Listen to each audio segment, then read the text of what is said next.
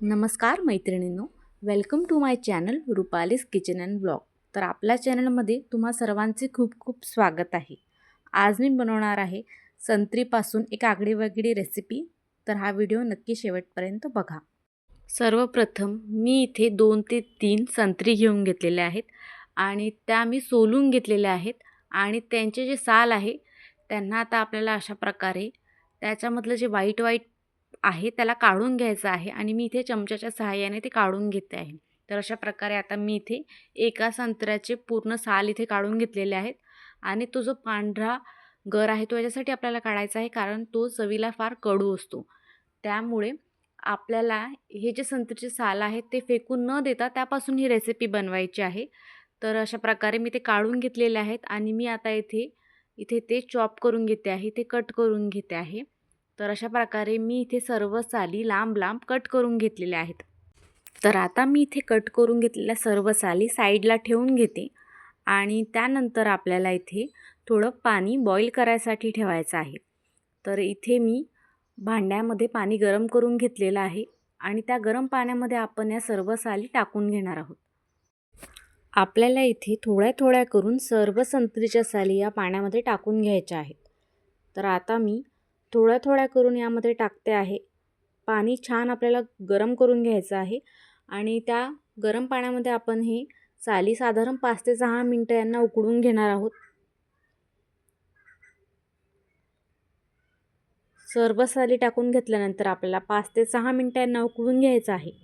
तर आता याला आपण बॉईल करायला साधारण 5 ते 6 मिनटं ठेवून देऊया आणि साईडला मी इथे एका संत्रीचा रस करून घेतलेला आहे. तो आता मी इथे बाजूला ठेवून घेते आहे आणि 5 ते 6 मिनटानंतर जेव्हा हे उकळून घेतलेलं आहे त्यानंतर आता आपण याला काढून घेऊया आणि साईडला थंड होण्यासाठी ठेवूया. तर आता अशा प्रकारे मी इथे काढून घेतलेलं आहे आणि साईडला ठेवून देते आहे थंड होण्यासाठी. दुसरीकडे आता आपण जोपर्यंत ते थंड होतं आहे आणि आता थंड झालेलं आहे, आता मी यामध्ये हे सर्व टाकून घेते आहे आणि आता आपण यामध्ये टाकून घेणार आहोत संत्रीचा रस.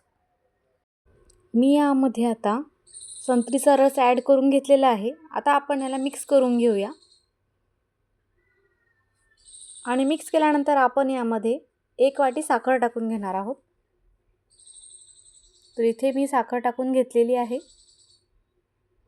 आता आपण याला परत मिक्स करून घेऊया.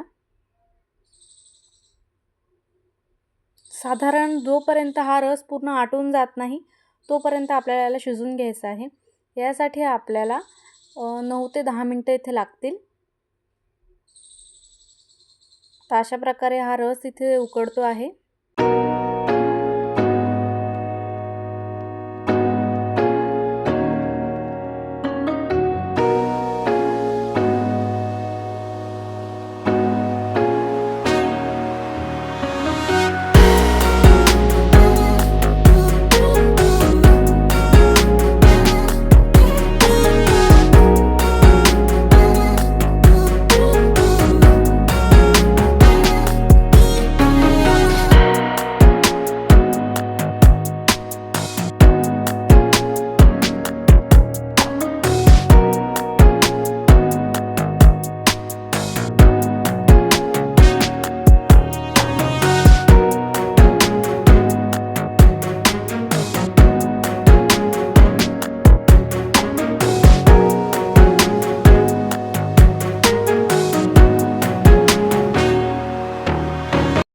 तर मी संत्र्यांना त्या भांड्यामधून काढून थोडा वेळ थंड करून मग अशा पुरणाच्या चाळण्यांवर काढून घेतलेलं आहे. नीट एक एक साली मी यावर ठेवलेल्या आहेत.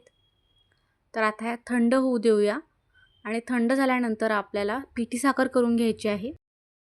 तर या संत्रीच्या फोडी थंड होत आहेत तोपर्यंत मी इथे साखरेची पिठी करून ठेवलेली आहे. तर आता आपण यामध्ये एक एक करून या फोडी टाकणार आहोत आणि या पिठीला नीट लावून घेणार आहोत. तर आता मी तुम्हाला इथे करून दाखवते आहे. आपण आता एक एक करून यामध्ये बुडवून ठेवणार आहोत साईडला आणि चवीला या संत्रींच्या साली एक नंबर लागतात. आंबट गोड अशी यांची चव असते.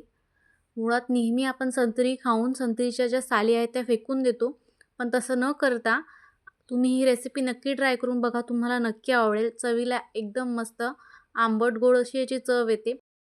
सर्व सालींना मी इथे पिठी साखर नीट लावून घेतलेली आहे आणि अशा प्रकारे आता हे काहीसे दिसतात. थोड्या वेळेला ठेवल्यानंतर आपण याला एका प्लॅस्टिकच्या डब्यामध्ये काढून घेऊया किंवा काचीच्या डब्यात ठेवले तरीही चालेल. तर अशा प्रकारे आपले संत्र्यांच्या सालींपासून बनलेली ही रेसिपी रेडी आहे. तुम्हाला जर ही रेसिपी आवडली असेल तर नक्की आपल्या चॅनलला लाईक करा आणि सबस्क्राईब करा. व्हिडिओ बघितल्याबद्दल तुमचे खूप खूप धन्यवाद.